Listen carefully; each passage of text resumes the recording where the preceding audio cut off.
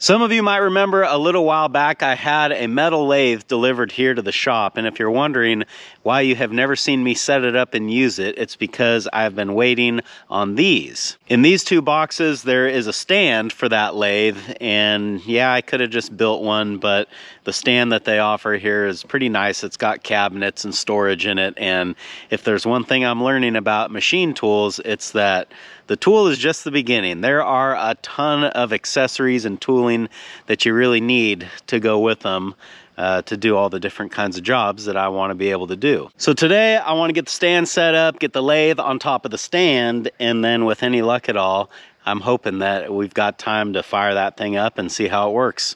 That's what's going on today on Farmertylerranch.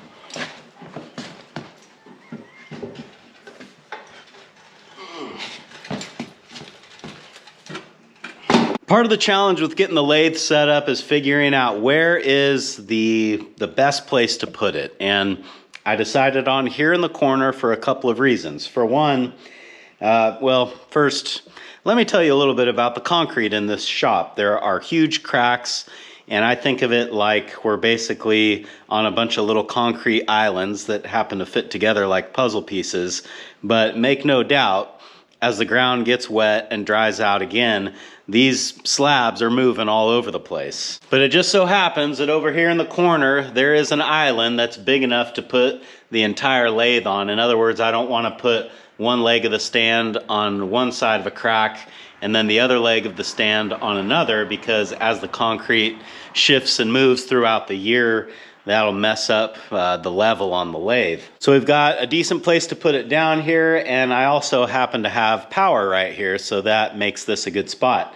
Yesterday, I added another shop light. I think you guys can see that. So that the shop light will hang right over the top of the lathe and hopefully make it easy for me to see what I'm doing.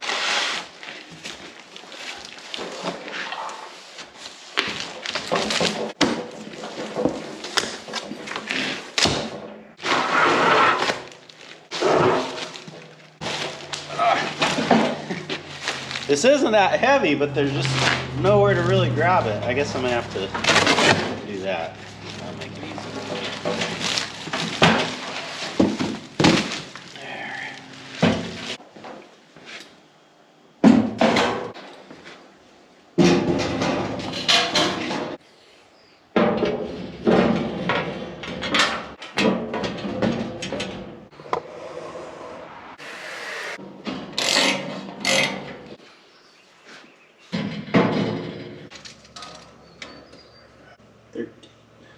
We're square against the wall. The cabinet is square to itself, but the problem now is that the stand, or the slab that it's sitting on, I should say, is not level.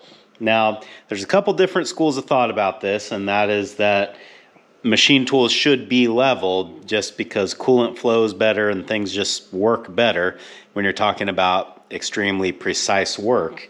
But then the other school of thought is, you know, they use lathes on ships and those are moving around all the time. So I think that I would like to try to level this as best as I can, but I'll know that if I don't get it perfect, it's not the end of the world. So basically, the whole cabinet needs to come up a ½ an inch in the rear.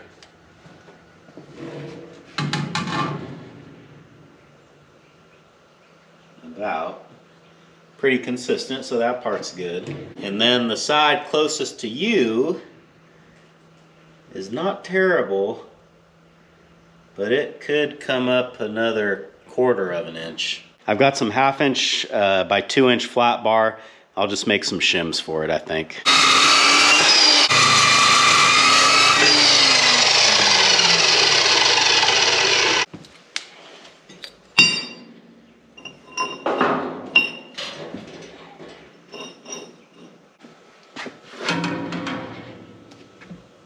I don't know how clear you can see the bubble, but it looks pretty level front to back now. Side to side. It's still a little off, but it is between the lines, so I don't think I'm gonna worry about it. That was the easy part. Now on to the hard part. I need to finish uncrating the lathe, get like the plastic wrap off of it, get all the loose parts moved out of there. And then the way to pick this up, so they say, is to put straps under the bed and lift it. So I think what I'm gonna do is try to use my 3-point lifting arm on the back of the tractor. I should be able to pick this up and then drive it on over to the cabinet here and set it down. Now the 3-point lifting arm is not very precise. If you guys have seen me use that in the past, a lot of times you just give that lever a little bit and the arm moves a lot. Well, we don't want this banging around. This is a precision machine. So what I'll do is put my hoist on the end of the 3-point arm and just use the arm for like big movements. But when I bring it back over here to the stand, I'll use the hoist to gently set it down. At least that's the plan.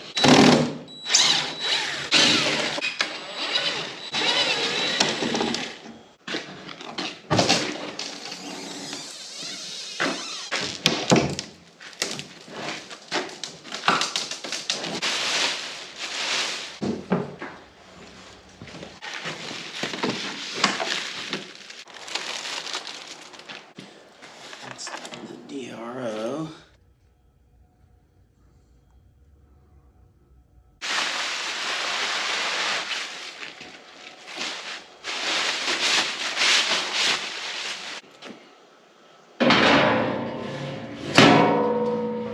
I got the drip pan sitting up there, and I don't know, just against the wall I could really tell that it was not level side to side, so I cut a couple more shims. See if we can get this. One of those things, I guess you only really get one chance to get it right.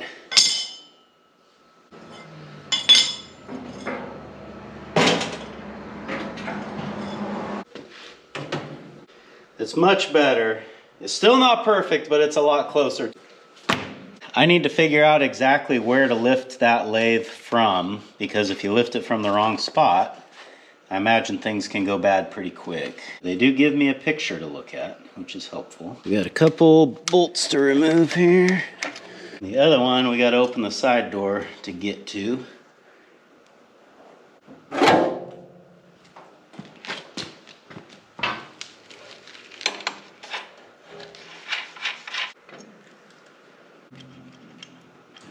Well, I think I've got everything off of here that is going to come off easily. And my plan, I'm going to go off script a little bit here. Now, the way they show lifting it, you're like wrapping the straps around the outside. But the bad thing about that is then you're putting all the pressure on the lead screw and this octagonal shaft. I'm not sure what this is for yet. I'll figure it out. Now, in the manual, they say to use spreader bars to keep the strap off of those parts, but I don't have spreader bars. At best, I might have a 2x4, and I'm not sure that I really trust that. So that'll be plan B. Plan A is going to be threading a strap through these holes in the bed and lifting it from here. And then my hope is that I can use the carriage to move it back and forth to center the weight so that this lifts evenly.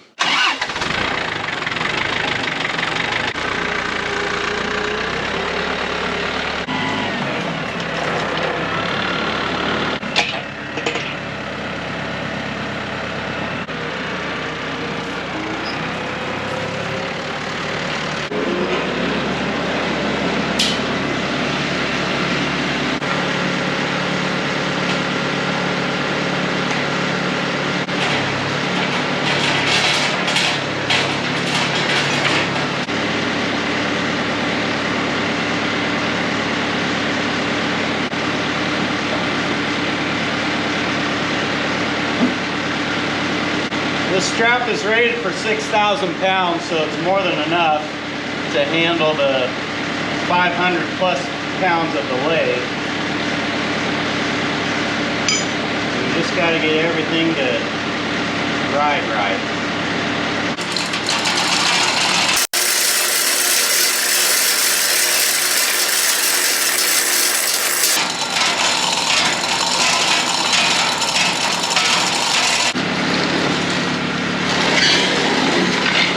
as long as the boom doesn't fold in half and the hoist doesn't break, we should be good.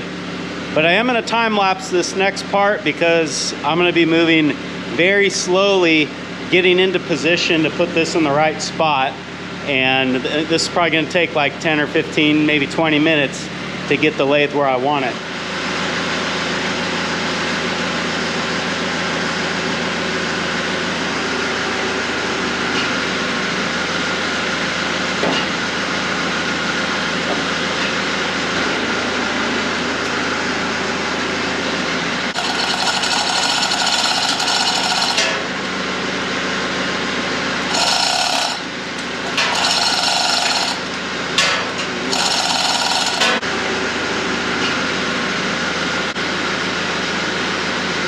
These are not the bolts I'm going to use, but I am just going to drop them in the hole here to keep everything aligned while I let it down the rest of the way.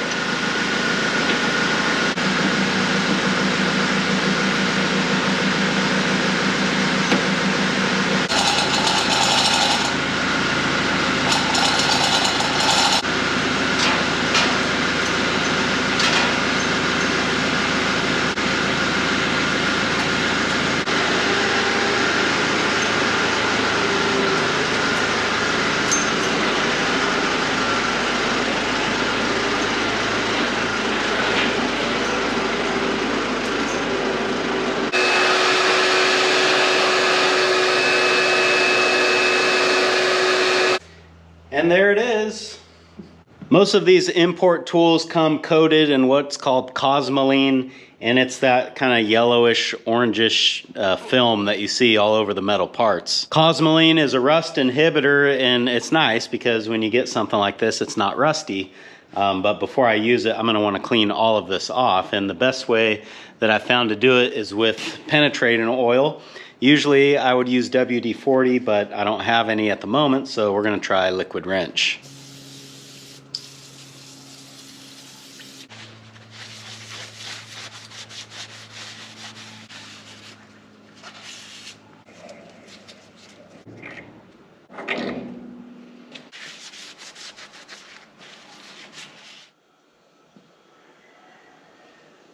All right, well, she's looking a lot better now. It'll probably take, honestly, a couple uses before I really get all the cosmoline off of there, because every time you move something, you find some more.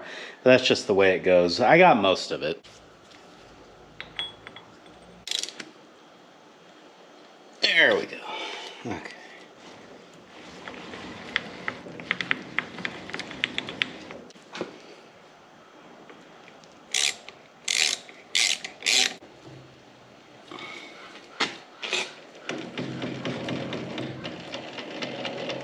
And I almost forgot the digital readout. This is pretty important. Let's put this on right now. Well, these bolts here just so happen to be the exact width as the little mounting bracket, so I'm guessing that's where this goes. And then you got options as far as put it up high.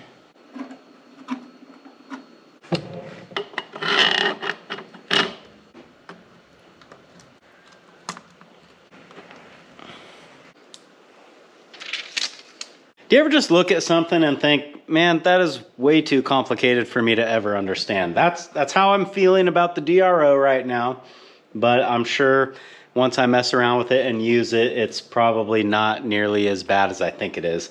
And honestly speaking, I'll probably not ever use this to the full potential. I just need to figure out how to use it the way I need to use it. In fact, I should be able to click it on and kind of play with it with the lathe off.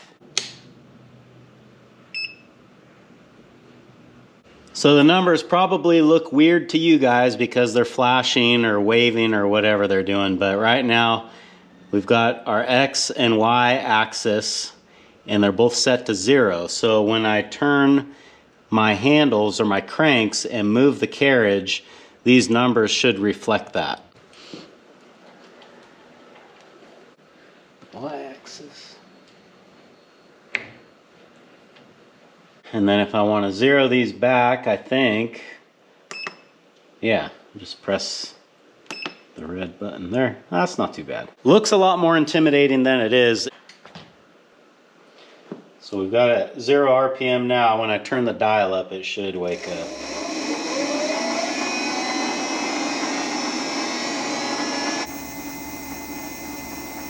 Just kind of want to play around with the controls here. So you've got this lever. If we go up, that engages our power feed this way. If we go down, it engages the power feed that way.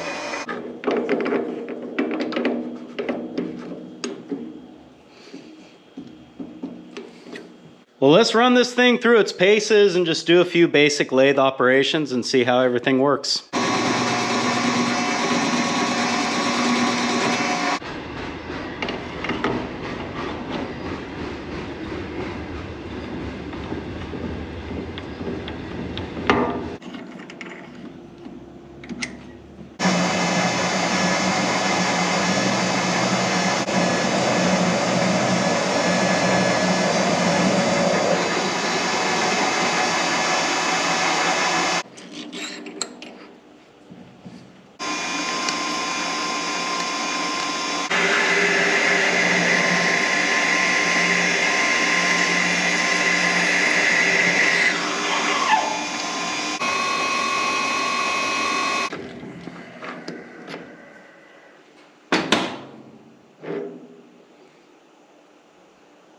So to make this little piece, we got a facing cut, a chamfer, and then a hole going all the way through it. You know, I don't have a plan of like what I'm gonna do with this. It just was more to mess around with the lathe. So there you go, first chips with the MechMaxx 1130 DV. So far, not that I've got a lot of time with the machine, but so far it is everything that I hoped it would be.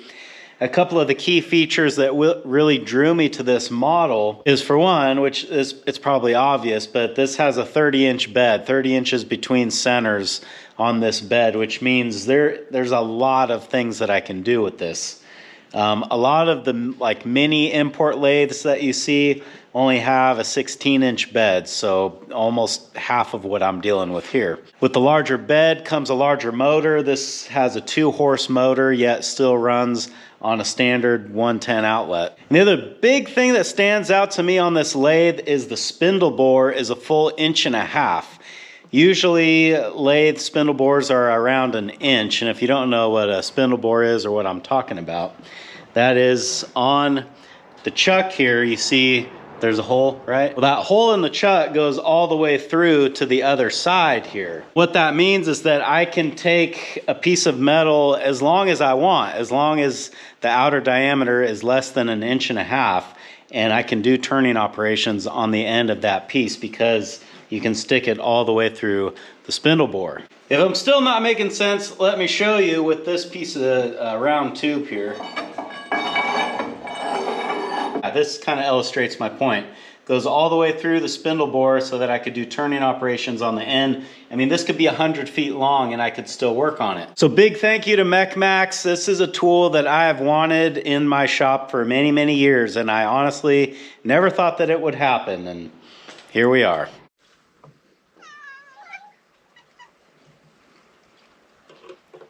Well, the barn crew's all here. That can only mean one thing. I mean, you guys have a little bit. Let's call it what it is. It's not gone.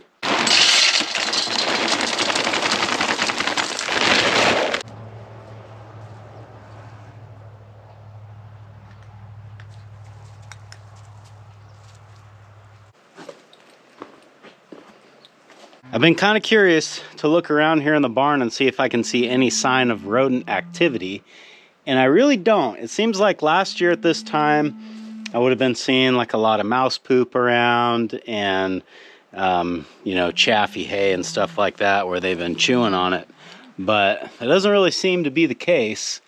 And I think that's the difference between having barn cats here and not. I mean, I always got to figure, even if they're not catching mice on a regular basis, just the presence of them being in there probably helps.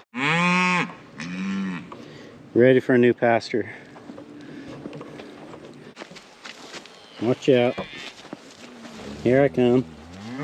Here I come. Here I come.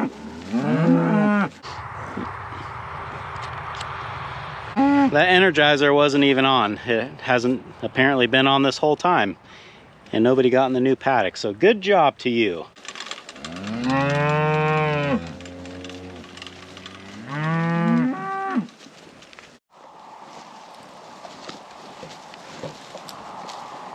Well, I see we got a calf down here that has found itself on the wrong side of the other wire. And it never fails. Boy, they have no problem going through it the wrong way, but when they need to come back, they just can never figure that out.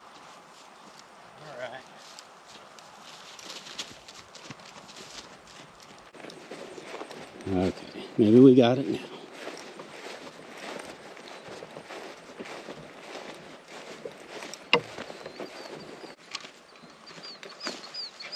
Now I just got to remember to actually turn it on this time. We're good. I think it was in the last video where you guys saw me separate and weigh the bulls. That's been a few days ago now. And happy to say they're both staying put. They haven't been challenging the fence or anything like that. And honestly, what they just saw is like the most tempting thing for them, right? Because they are seeing the cows move into a new paddock. They've been doing that all summer long, so they know what the deal is.